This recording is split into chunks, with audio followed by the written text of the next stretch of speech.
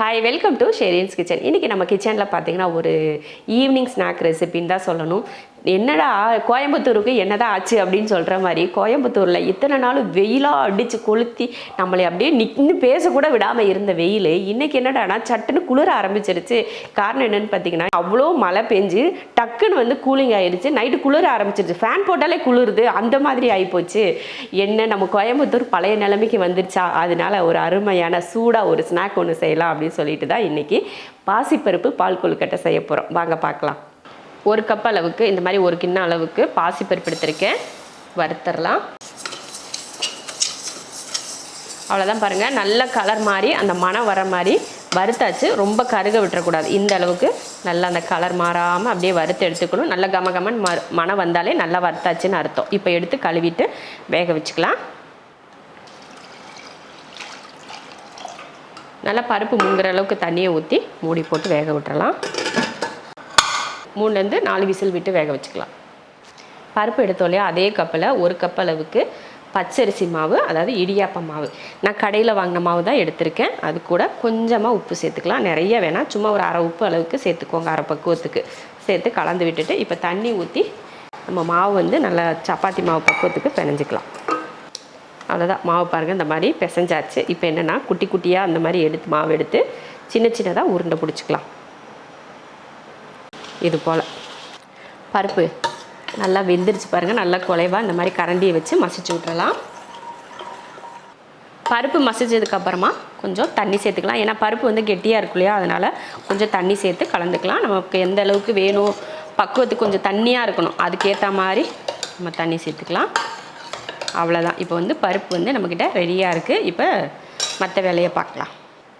1 spoon அளவுக்கு நெய் சேர்த்துக்கலாம். நெய் சேர்த்ததுக்கப்புறமா தேங்காய் ஒரு துண்டு, முந்திரி பருப்பு வந்து ஒரு 20 போல் முந்திரி பருப்பு எடுத்திருக்கேன். இது ரெண்டையும் நெய்யில் போட்டு வறுத்துக்கலாம். நான் வந்து நிறைய நெய் சேர்த்துக்கல. உங்களுக்கு தேவைப்பட்டால் நீங்கள் இன்னும் கொஞ்சம் 1 ஸ்பூன் அளவுக்கு எக்ஸ்ட்ரா நெய் சேர்த்து கலந்துக்கோங்க. அவ்வளோதான். நல்லா வந்து பொன்னிறமாக அந்த மாதிரி வறுத்து ஒரு பிளேட்டுக்கு மாற்றிடலாம். முந்திரி பருப்பும் தேங்காய் வறுத்த பாத்திரத்தில் அப்படியே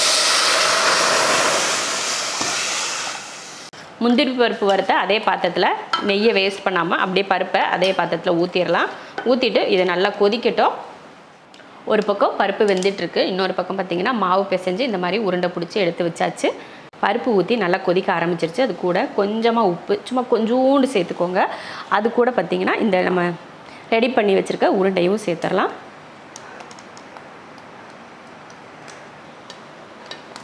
சேர்த்து அப்படியே விட்டுருவோம். உடனே கலக்க வேணாம். கொஞ்சம் நேரம் ஒரு 10-20 செகண்ட் விட்டு அதுக்கப்புறமா கலந்து விட்டோம்னா அந்த உருண்டை வந்து லைட்டாக மேலாப்பில் வெந்திருக்கும், கரையாது. சரியா? அதனால் கொஞ்சம் வெயிட் பண்ணுவோம்.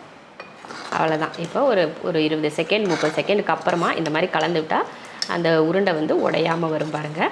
இப்போ நல்லா கொதித்து ஒரு 3 நிமிஷத்துக்கு வேக விட்டுறலாம். அதுக்கப்புறம் பார்ப்போம்.